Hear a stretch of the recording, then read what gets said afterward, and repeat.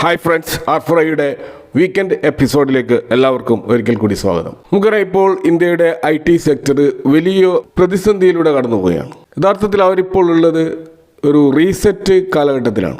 പരമ്പരാഗതമായിട്ടുള്ള IT സേവനങ്ങളിൽ നിന്നുള്ള വരുമാനത്തെക്കാൾ AI റിലേറ്റഡ് ആയിട്ടുള്ള പ്ലാറ്റ്ഫോമുകളിൽ നിന്നുള്ള വരുമാനത്തിന് പ്രാധാന്യം നൽകുന്ന രീതിയിൽ കമ്പനികൾ മാറാൻ ശ്രമിച്ചുകൊണ്ടിരിക്കുകയാണ്. ഇപ്പോൾ ഡൽഹിയിൽ നടന്ന AI സമിറ്റിൽ ഗവൺമെൻറ്റും അതുപോലെ ടെക്നോളജി വിദഗ്ധരുമൊക്കെ വ്യക്തമാക്കിയത് ആർട്ടിഫിഷ്യൽ ഇൻ്റലിജൻസ് IT സോഫ്റ്റ്വെയർ മേഖലയെ ഇല്ലാതാക്കുകയല്ല ചെയ്യുന്നത്, മറിച്ച് അവരുടെ ആ ജോലി ചെയ്യുന്ന രീതി മാറുകയാണ് ചെയ്യുന്നതെന്നാണ്. ഇപ്പോൾ 2026 ഒരു കണക്ക് പ്രകാരം TCS, ഇൻഫോസിസ്, HCL ടെക് തുടങ്ങിയ ഇന്ത്യൻ IT ജയൻസിൻ്റെ ഒക്കെ ഏർണിങ്സിൻ്റെ ആ ഒരു റിപ്പോർട്ട് നമ്മൾ നോക്കിക്കഴിഞ്ഞാൽ അവിടെ AI കുറിച്ചുള്ള പരാമർശങ്ങൾ അവർ നിരന്തരമായിട്ട് നടന്നത് കാണാം. അതുകൂടാതെ അവരുടെ വരുമാനത്തിൽ ഏകദേശം 15 മടങ്ങോളം വർധനവും പല IT കമ്പനികളുടെയും റിസൾട്ടിൽ ഈ AI റിലേറ്റഡ് ആയിട്ടുള്ള ബിസിനസ്സിൽ നിന്നുണ്ടായിട്ടുണ്ട്. ഇതുകൂടാതെ പല IT കമ്പനികളും വലിയ തോതിലുള്ള സ്പെൻഡിങ് ഈ AI റിലേറ്റഡ് ബിസിനസ്സിലേക്ക് അല്ലെങ്കിൽ ഡാറ്റാ സെൻറ്ററുകളിലേക്കൊക്കെ സ്പെൻഡ് ചെയ്യാൻ വേണ്ടി തയ്യാറായിക്കൊണ്ടിരിക്കുകയാണ്. ഇപ്പോൾ NVIDIA പോലെയുള്ള, മൈക്രോസോഫ്റ്റ് പോലെയുള്ള, ഗൂഗിൾ പോലെയുള്ള അമേരിക്കൻ ജയൻറ്റുകളുമായി ജോയിൻറ്റ് വെഞ്ചറായിട്ട് ഇത്തരം AI ഇൻഫ്രാസ്ട്രക്ചറുകൾ ഇന്ത്യയിൽ ബിൽഡ് ചെയ്യാൻ വേണ്ടി ശ്രമിച്ചുകൊണ്ടിരിക്കുകയാണ്. ഇതുകൂടാതെ ഗ്ലോബലായിട്ട് ഇൻട്രസ്റ്റ് റേറ്റ് കട്ടിൻ്റെ ഒരു കാലഘട്ടത്തിലൂടെയാണ് കടന്നു പോകുന്നത്. അപ്പോൾ ഇൻട്രസ്റ്റ് റേറ്റ് കൂടുതൽ കട്ട് ചെയ്യപ്പെടുമ്പോൾ IT സ്പെൻഡിങ് വർദ്ധിക്കുകയും അതുവഴി ഇന്ത്യയിലുള്ള IT കമ്പനികൾക്ക് അവരുടെ AI പ്രൊജക്റ്റുകളുടെ കൂടുതൽ ഓർഡറുകൾ കിട്ടാനുള്ള സാധ്യതകളുമാണ് ഭാവിയിൽ വരാൻ പോകുന്നത്. അപ്പോൾ അതുകൊണ്ട് തന്നെ ഒരു ഇൻവെസ്റ്ററെ സംബന്ധിച്ചിടത്തോളം ഒരു ലോങ് ടേം ആയിട്ട് IT സ്റ്റോക്കുകളുടെ ഈ ഒരു ചേഞ്ചസിനെ മുൻകൂട്ടി കണ്ടുകൊണ്ട് നമ്മൾ എങ്ങനെ ഒരു AI ഫോക്കസ്ഡ് പോർട്ട്ഫോളിയോ നിർമ്മിക്കാമെന്നാണ് നമ്മൾ ഈ വീഡിയോയിൽ ചർച്ച ചെയ്യുന്നത്. കുറേ IT സ്റ്റോക്കുകൾ വാങ്ങിക്കൂട്ടുക എന്നുള്ളതല്ല, അതിന് വ്യക്തമായ ഒരു ലെയർഡ് ആയിട്ടുള്ള ഒരു സ്ട്രാറ്റജി ആവശ്യമാണ്. അപ്പോൾ അവിടെ ഒരു 3 ലെയർ പോർട്ട്ഫോളിയോ സ്ട്രക്ചർ നമുക്ക് കാണാൻ പറ്റും. ഉദാഹരണത്തിന് ഒരു വീട് പണിയുന്നത് പോലെ foundation, first floor, second floor എന്നുള്ള രീതിയിൽ നമ്മളൊരു 3 ലെയറായിട്ട് വേർതിരിച്ച് മനസ്സിലാക്കേണ്ടതുണ്ട്. അപ്പോൾ ഇവിടെ ഇൻഫ്രാസ്ട്രക്ചർ മേഖലയിൽ പ്രവർത്തിക്കുന്ന AI റിലേറ്റഡ് കമ്പനിയാണ്. ഉദാഹരണത്തിന് ഈ ഡാറ്റാ സെൻറ്ററുകൾക്ക് അല്ലെങ്കിൽ ഇത്തരത്തിലുള്ള AI ഡെവലപ്മെൻറ്റ് ആവശ്യമായിട്ടുള്ള ചിപ്പുകൾ, സെർവറുകൾ തുടങ്ങിയവ സെറ്റ് ചെയ്യുന്ന കമ്പനികൾ, അതേപോലെ AI മോഡലുകൾ നിർമ്മിക്കുവാനും അവ കമ്പനികൾക്ക് എത്തിച്ചു കൊടുക്കുവാനും സഹായിക്കുന്ന ഇൻ്റർമീഡിയറി കമ്പനികൾ, അതുപോലെ AI ഉപയോഗിച്ച് ലാഭം ഉണ്ടാക്കുന്ന കമ്പനികൾ. അപ്പോൾ ഇത്തരത്തിൽ ആർട്ടിഫിഷ്യൽ ഇൻ്റലിജൻസിൻ്റെ ആ ഒരു പോർട്ട്ഫോളിയോ നിർമ്മിക്കുമ്പോൾ ഇൻവെസ്റ്റ് ചെയ്യുന്ന കമ്പനിയുടെ പ്രധാനപ്പെട്ട കോർ ബിസിനസ് ഈ AI മേഖലയിൽ ഏത് മേഖലയിലാണ് ഉള്ളത് എന്നുകൂടി നമ്മൾ മനസ്സിലാക്കേണ്ടതുണ്ട്. മറ്റൊരു കാര്യം നമ്മൾ കാര്യമായിട്ട് പരിഗണിക്കേണ്ടത് അവരുടെ റിസർച്ച് ആൻഡ് ഡെവലപ്മെൻറ്റും ഈ റവന്യൂവുമായി ബന്ധപ്പെട്ടുള്ള റേഷ്യോ എത്രമാത്രം ഉണ്ട് എന്നുള്ളതാണ്. കാരണം കമ്പനി അവരുടെ വരുമാനത്തിൻ്റെ എത്ര ശതമാനം റിസർച്ചിന് വേണ്ടി മാറ്റിവെക്കുന്നുണ്ട്. കാരണം അനുദിനം ഡെവലപ്പ് ചെയ്തുകൊണ്ടിരിക്കുന്ന ഒരു മേഖലയായതുകൊണ്ട് തന്നെ ഇവിടെ ശക്തമായിട്ടുള്ള റിസർച്ച് ആവശ്യമാണ്. ഒരു ഡെഡിക്കേറ്റഡ് ആയിട്ടുള്ള ഒരു AI കമ്പനി ആണെങ്കിൽ തീർച്ചയായിട്ടും അവർ നല്ലൊരു പാർട്ട് അവർ ഈ റിസർച്ച് ആൻഡ് ഡെവലപ്മെൻറ്റിന് വേണ്ടി മാറ്റിവെക്കേണ്ടതുണ്ട്.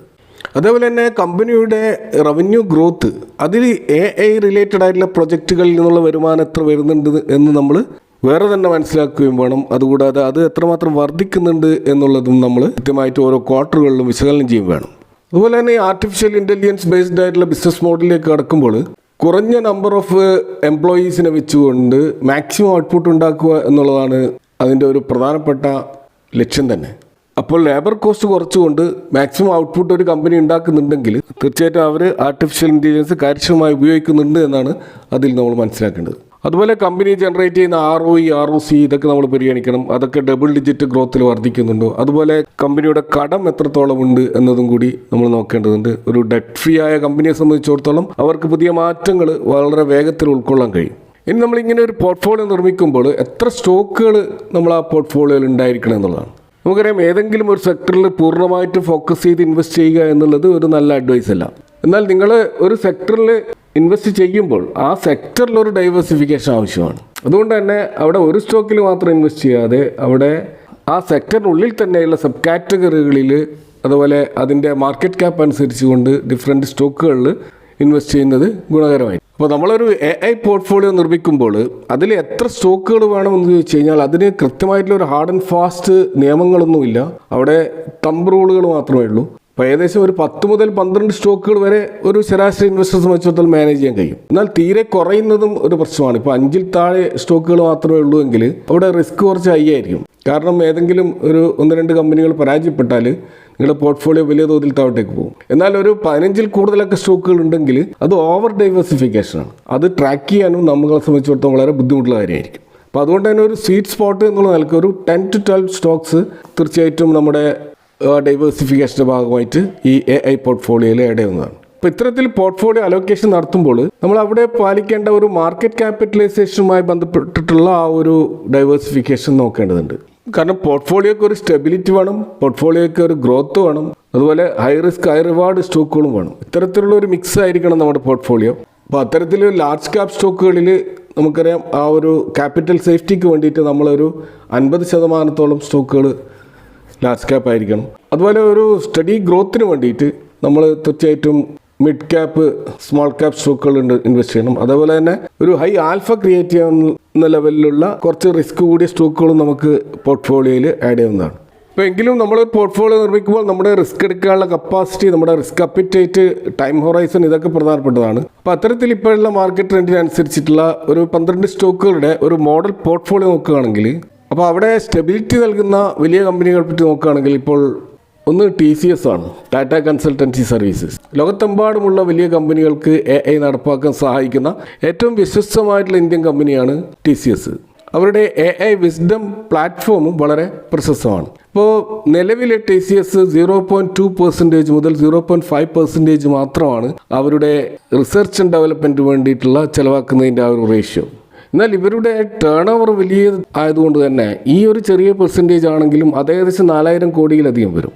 എന്തായാലും ഭാവിയിൽ അവർ കൂടുതൽ ഈ ഒരു മേഖലയിൽ അലോക്കേറ്റ് ചെയ്യുമെന്ന് തന്നെയാണ് നമ്മൾ അവരുടെ ബിസിനസ് ഗൈഡൻസിൽ നിന്നൊക്കെ മനസ്സിലാക്കാൻ കഴിയുന്നത്. ഇതേപോലെ മറ്റൊരു സ്റ്റോക്ക് HCL ടെക് ആണ്. ഇതും മറ്റൊരു IT ജയൻ്റ് ആണ്. ചിപ്പ് ഡിസൈനിങ്ങിലും AI സോഫ്റ്റ്വെയറിലും ഒരുപോലെ സ്വാധീനമുള്ള ഒരു കമ്പനിയാണ് HCL ടെക്. അപ്പോൾ എൻ്റർപ്രൈസസ് AIയിലാണ് ഇവരുടെ പ്രധാനപ്പെട്ട ശ്രദ്ധ. HCL ടെക് ഏകദേശം 1.5% മുതൽ 2% വരെ അവരുടെ എഞ്ചിനീയറിംഗ് R&D മേഖലയിലേക്ക്, ആ ഡിവിഷനിലേക്ക് ചെലവഴിക്കുന്നുണ്ട്. അപ്പോൾ ലാർജ് ക്യാപ് കമ്പനികളിൽ ഏറ്റവും അധികം AI സ്പെൻഡിങ് ഇപ്പോൾ നടത്തിക്കൊണ്ടിരിക്കുന്നത് HCL ടെക് ആണ്. ഇതുപോലെ മറ്റൊരു സ്റ്റോക്ക് ലാർജ് ക്യാപ് സെഗ്മെൻറ്റിലുള്ളത് LTIMindtree ആണ്. ക്ലൗഡ് കമ്പ്യൂട്ടിങ്ങും AIയും ഉപയോഗിച്ച് ഉള്ള ഒരു യുണീക്ക് ആയിട്ടുള്ള ഒരു ബിസിനസ് മോഡലാണ് ഇവർക്കുള്ളത്. ഇവരുടെ AI ഫസ്റ്റ് സർവീസുകൾ അവരുടെ പ്രോഫിറ്റ് മാർജിൻ വലിയ തോതിൽ ഉയർത്തുന്നുണ്ട്. ഇവരുടെ ഒരു റിസർച്ച് ആൻഡ് ഡെവലപ്മെൻറ്റ് മേഖലയിലുള്ള സ്പെൻഡിങ് 0.3% മുതൽ 0.6% വരെ മാത്രമാണ്. അപ്പോൾ AI ആപ്ലിക്കേഷൻസിനും ക്ലൗഡ് ഇന്നോവേഷനും ഇവർ ഇപ്പോൾ മുൻഗണന നൽകിക്കൊണ്ടിരിക്കുകയാണ്. അപ്പോൾ ഫ്യൂച്ചറിൽ തീർച്ചയായിട്ടും ഇവരും അവരുടെ സ്പെൻഡിങ് ഉയർത്താനുള്ള സാധ്യതയാണ് നമ്മൾ കാണുന്നത്. ഇന്ന് നമ്മൾ മിഡ് ക്യാപ് സെഗ്മെൻറ്റിലുള്ള സ്റ്റോക്കുകളിലേക്ക് വന്നു കഴിഞ്ഞാൽ, അപ്പോൾ അതിലൊരു പ്രധാനപ്പെട്ട സ്റ്റോക്ക് എന്ന് പറയുന്നത് പെർസിസ്റ്റൻറ്റ് സിസ്റ്റമാണ്. മുമ്പ് സൂചിപ്പിച്ചതുപോലെ AI സോഫ്റ്റ്വെയർ എഞ്ചിനീയറിംഗിലെ ഇന്ത്യയിലെ ഏറ്റവും ലീഡിംഗ് കമ്പനി ഇപ്പോൾ ഈ പെർസിസ്റ്റൻറ്റ് സിസ്റ്റമാണ്. ഇവരുടെ ഏജൻറ്റിക് AI പ്രൊജക്റ്റുകൾക്ക് വലിയ തോതിലുള്ള മാർക്കറ്റാണുള്ളത്. ഇന്ത്യയിലെ കമ്പനികളിൽ ഏറ്റവും അധികം റിസർച്ച് ആൻഡ് ഡെവലപ്മെൻറ്റിന് വേണ്ടിയിട്ട് ചെലവഴിക്കുന്നത് പെർസിസ്റ്റൻറ്റ് സിസ്റ്റമാണ്. 8% മുതൽ 10% വരെയാണ് ഇവരുടെ സ്പെൻഡിങ്. അതുകൊണ്ട് തന്നെ ഒരു ആർട്ടിഫിഷ്യൽ ഇൻ്റലിജൻസിൻ്റെ ഒരു പോർട്ട്ഫോളിയോയിൽ ഒഴിച്ചുകൂടാനാവാത്തൊരു സ്റ്റോക്കാണ് പെർസിസ്റ്റൻറ്റ് സിസ്റ്റം. ഇനി മറ്റൊരു സ്റ്റോക്കുള്ളത് കോഫോജ് ആണ്. ട്രാവൽ ഇൻഷുറൻസ് മേഖലകളിലുള്ള AI സൊല്യൂഷൻസിലാണ് ഇവർ സ്പെഷ്യലൈസ് ചെയ്തിരിക്കുന്നത്. കൂടാതെ ക്വാസർ AI എന്ന രീതിയിലുള്ള ഒരു സ്വന്തമായിട്ടുള്ള ഒരു പ്ലാറ്റ്ഫോം ഇവർക്കുണ്ട്. അപ്പോൾ അതുവഴിയാണ് ഇവർ വലിയ ഡീലുകൾ സ്വന്തമാക്കുന്നത്.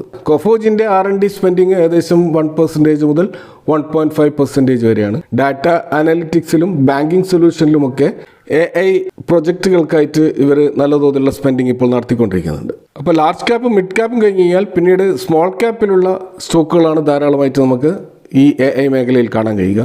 എങ്കിൽ പോലും നമ്മളൊരു 20% കൂടുതൽ അലോക്കേഷൻ സ്മോൾ ക്യാപ്പ് സ്റ്റോക്കുകളിൽ നടത്തരുതെന്നാണ് ഒരു തമ്പ് റൂളായിട്ട് ഇവിടെ പറയാനുള്ളത്. ഇപ്പോൾ ഈ അടുത്ത കാലത്ത് മിഡ് ക്യാപ്പിൽ നിന്ന് സ്മോൾ ക്യാപ്പിലേക്ക് വന്നിട്ടുള്ള ടാറ്റ LXE, അതിൻ്റെ ആ ഒരു ഡിസൈൻ പ്ലസ് AI, ഈ ഓട്ടോണമസ് കാറുകൾ, അതുപോലെ സ്മാർട്ട് ഹോംസ്, ഇത്തരത്തിലുള്ള മേഖലയിൽ കോൺസെൻട്രേറ്റ് ചെയ്യുന്ന പ്രൊജക്റ്റുകളാണ്. അപ്പോൾ AI പ്രോഗ്രാമിങ്ങിലും ഇവർ വളരെ ലീഡിംഗ് ആയിട്ടുള്ള ഒരു പൊസിഷനിലാണുള്ളത്. 2% മുതൽ 3% വരെ ഇവർ R&D സ്പെൻഡിങ് നടത്തുന്നുണ്ട്.